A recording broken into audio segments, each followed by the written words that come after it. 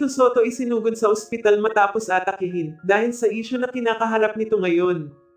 Trending magpasa hanggang ngayon ang isyu tungkol kina Tito Soto, Vic Soto at Joey De Leon.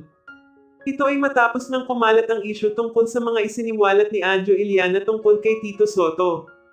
Isiniwalat din ni Anjo ang naging kabit umano ni Tito Soto at ang mga babaeng naging host na nakarelasyon din noon ni Tito Soto. Marami ang talaga namang hindi makapaniwala at marami din ang sumangayon dahil noon pa man umano ay matinik na talaga sa babae ang TVJ. Samantala nagbigay na din ng pahayag si Tito Soto sa paratang ni Anjo sa kanya. Ayon kay Tito Soto matagal na umanong may galit si Anjo sa kanila.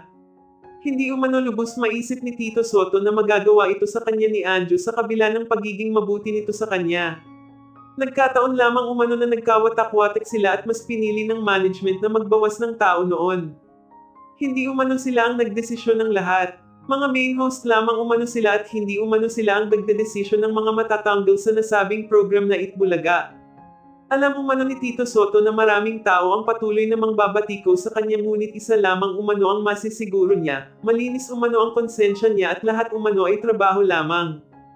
Kailangan lamang umano nilang sumunod sa mas nakakataas sa kanila. Pinatotohanan din niya ang sinabi ni Anjo na nagkaroon ito ng kabit noon, ayon kay Tito Soto, matagal na umano ito at alam umano ito ng kanyang asawa na si Ellen Gamboa, at matagal na umano siya nito pinatawad. Nasa mga tao na umano kung maniniwala sila kay Anjo o hindi, isa lamang umano ang masasabi niya, alam umano niya ang totoo at alam umano ng Diyos ang lahat-lahat ng totoo.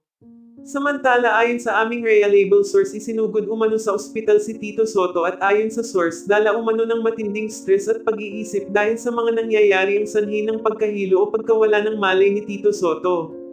Ayon pa sa asawa ni Tito Soto, hindi umano tama na ay paratang sa asawa niya ang lahat ng walang sapat na ebidensya, magbabayad umano ang mga taong naninira at nagpapabagsak kay Tito Soto. Hindi umano niya mapapatawad sina Anjo pag may nangyaring masama sa asawa niyang si Tito Soto.